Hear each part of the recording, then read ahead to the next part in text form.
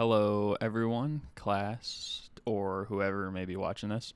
Um, so this is my project one for Dance 100. And we had to pick three people from the list of people that we've been talking over. And I mean, just I guess to get right into it, the first one, as you can see right here, is King Louis the 14th. King of France. And so, just who is he? So, King Louis, also referred to as Louis the Great, also the Sun King, is known as the King of France from 1643 until 1715 when he passed away. So, that reign lasted 72 years and started when he was 4 years old, which seems mind boggling, but it did happen. And then who did he marry? So, King Louis the 14th married Maria Theresa of Spain from 1660 until 1683, and then Francoise D'Aubigné, Marquis de Maintenon, from 1683 to 1715. A little bit hard to, I guess, pronounce. I did take French, but it was a while ago. And as you can see there's a picture of King Louis the 14th. So what made him who he became? So obviously, as I said, he got the throne, basically. He started his reign at such a young age 4, as a successor to his father, who was King Louis the 13th, because he passed away. So much of the early years, he was assisted by the Cardinal Mazarin, as you can see right there on the right. At such a young age, he was in technicality. He was the owner, the ruler of the bodies and the properties of more than 19 million subjects in the area. So, that just seems absurd, especially for, someone at 4 or 5 years old, when he was first getting started. And then, he was nicknamed the Sun King because that was his personal emblem. It was meant to recognize, I guess, the god Apollo. So was he respected in this field? And this is kind of a hard one to specify because King Louis XIV, he was widely recognized as a ruling monarch of absolute power, and he had a strong way of thinking, very centralized. But the absolute power aspect, it means that a lot of the people were free of all restraints. So he might have had respect for being that leader that was pushing them in that way, but at the same time, free of all restraints, it almost took some power away from the people.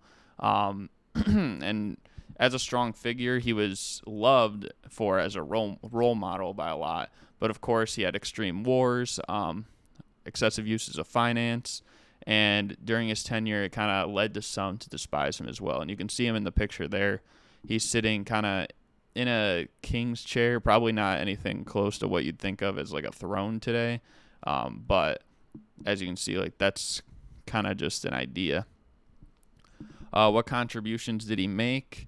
So King Louis XIV, he oversaw the administrative and financial reorganization that was within his grasp, and doing so to set up manufacturers to boost trade. As I said on the last slide too, he wasn't afraid to push into strenuous ordeals such as war. And you can see one right there. That actually is the Dutch War, and I believe it led to the Treaty of Peace for Nijmegen, if I'm not mistaken. But over these wars, even though a lot of people were against him for that sense, it did lead to many military victories after he reformed his army. So it kind of did strengthen their union. So what drew me to choose him, other than the fact that he has insane hair? But the idea of being put in a position of power at such a young age is very intriguing. It tells a lot about his story, and it's even more impressive he didn't take it for granted. There's some people who maybe their father or maybe their mother or something is a public figure, and they take that, I guess, clout or advantage to their advantage, and then they don't want to put in effort themselves. And you can tell that from everything that he made, all the contributions, that he definitely was someone who was willing to make an imprint. And so that from that sense, I think I can definitely respect him. I'm sure maybe if I was one of those 19 million bodies or something, or people or whatever, maybe I would think a little differently because I wouldn't be like going through it. But I think like he's definitely someone, whether for better or for worse, you can at least like respect his drive. So the next one I chose is Marie LaSalle, who's a ballerina, also referred to as Salé, I believe. So who is she? She was the first female choreographer in the ballet and started her career as a ballerina. She's one of the most well-known figures of the 18th century in ballet. Another one is Mademoiselle Mary Camargo, who we'll mention again a little bit later. But as you can see there on the right, that's Mary LaSalle. Who did she marry? It's kind of weird. Like, there's not really a huge history on her love life. She was known to be a close pupil and maybe dance partner with Jean-Georges Noverre. But, she was often criticized, I guess, as very cold and reserved when it came to love. What made her who she became? So she was a female ballerina who kind of dominated during the time when the theatrical world was run by a lot of male figures. She had like her own feminine costumes, a traditional in a traditional sense, and I think also her connections with some other people, like I said on the last slide, and right here as you can see him, Jean-Georges Noverre. He was known as the Shakespeare of the dance, and it helped kind of build recognition for herself. And together they kind of improved and elevated the idea of ballet in Europe, and most notably in France. So was she respected in this field? I think there's a more clear-ish answer than as opposed to King Louis, because it's either all or nothing basically with him. It seems like she was pretty well respected. Like I said, she collaborated with Jean-Georges Noverre, Marie Camargo, who you can see here dancing, and then John Rich as well. Whether for works with them as like maybe a dance partner or for a production that they were setting up. So she definitely had a lot of contacts, I guess, which is kind of a weird word to say before like cell phones, but that's kind of like what it was. Like I said, she dominated during a time where men were at the top of the theater game, so maybe some of them didn't appreciate her as much because they could have seen her as a threat. But even then, like, there were still some that were willing to work with her, so I would say that she seemed pretty well respected. What contributions did she make? So in 1734, she introduced Le Caractère de la Danse to England at the Covent Garden, and that's when she danced in Terpsichore, yeah, which is like a prologue to the revision of Handel II's Pastor Fido. We can see her dancing right there on the right. She also founded the Indifference Order Against Love in Paris in 1836 because, as I mentioned before, she was often seen as cold and reserved when it came to love. And I think, she also added an element to the dancing game by wearing sandals. It was something that not a lot of people did. Unfortunately, this picture here, she's just barefoot, but, it's just kind of interesting. And it plays a part when we get to why I chose her, because I think her dancing influence was very unique. I mean, dancing, whether it's in sandals or whatever, like, I think that's something that not a lot of people do. Maybe the next person that we're going to get to here is probably another route that most ballet dancers at least would try to follow in today's day. But I think she set the standard for someone who was strong and trying to, I guess, be a role model for women at this time, and try and, gather the rights or the opportunities that, like, if this is like a men's thing or whatever, like, we can still, elevate it to a higher degree for women as well. And I mean, we've seen, several instances of that for women over history, but you got to respect someone like that. And yeah, I mean, that's kind of the biggest reason why I chose her, is because like just standing up kind of against all odds and then being able to accomplish something to a high degree. And so the third person I chose was Mary Taglioni, who is a ballerina, an Italian ballet dancer that was born in France, and she performed in the 19th century. She was also a romantic style dancer that exemplified delicate and fragile movements. So who did she marry? So in 1835, she married Comte Auguste Gilbert de Vaussan, before falling in love once again a year later, because they split up, with Eugene Desmar. And unfortunately, he passed away like within the time of her second child being born, but there still is no clarification as to who the father of that second child was. And you can see a picture of Mary Taglioni there.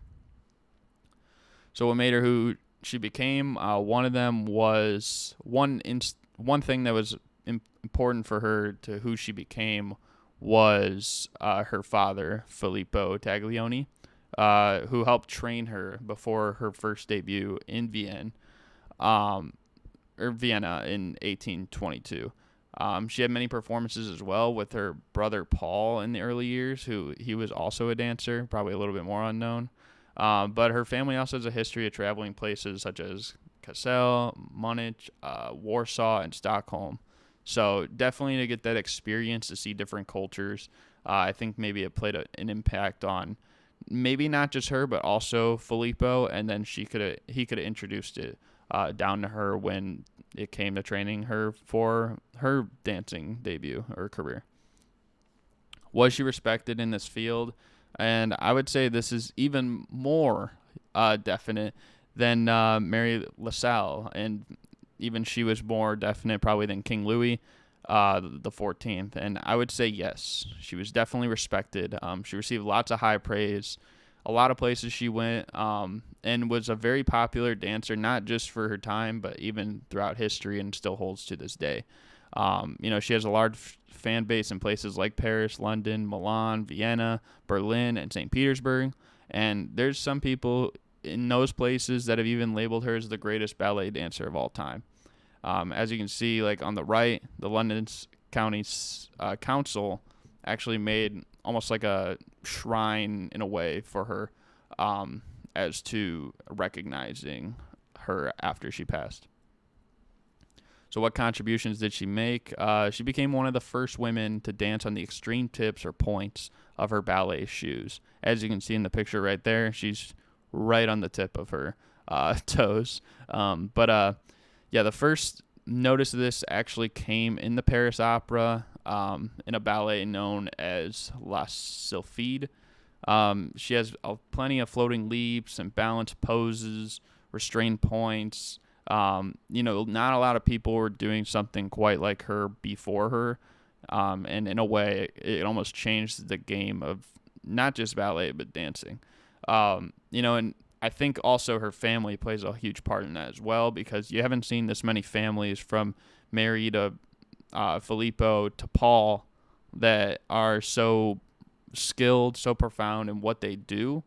And I think that that's just something that you could admire. And maybe that's even a reason why I did choose her. I also think like it just fascinates me when someone individually wants to create something more with their own array of moves and put their own little spin on it. Dancing on the toes is definitely something that's difficult for me. I'm more of like I like to play sports and all, but I'm not like the dancer type. So that would definitely be something strenuous on my ankles and my calves and my toes.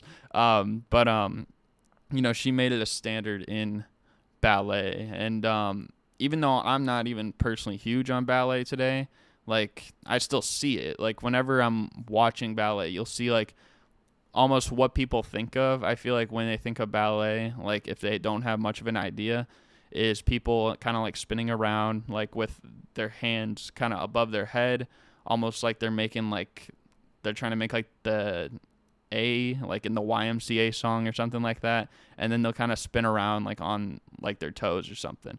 And like that element right there, that's kind of something that you could contribute or you could attribute to Mary Taglioni. And much like King Louis the 14th, I think there was an upbringing in the industry that she was in from past family members, but just like King Louis, she didn't take it for granted, and she tried to put a little more on it as well. And so these are my sources. I just had like 6 of them. I wasn't sure what we needed, like how many we needed, but I feel like 6 is probably enough. But yeah, I think that's basically it. Appreciate everyone for listening or whoever does listen to this. But yeah, thank you.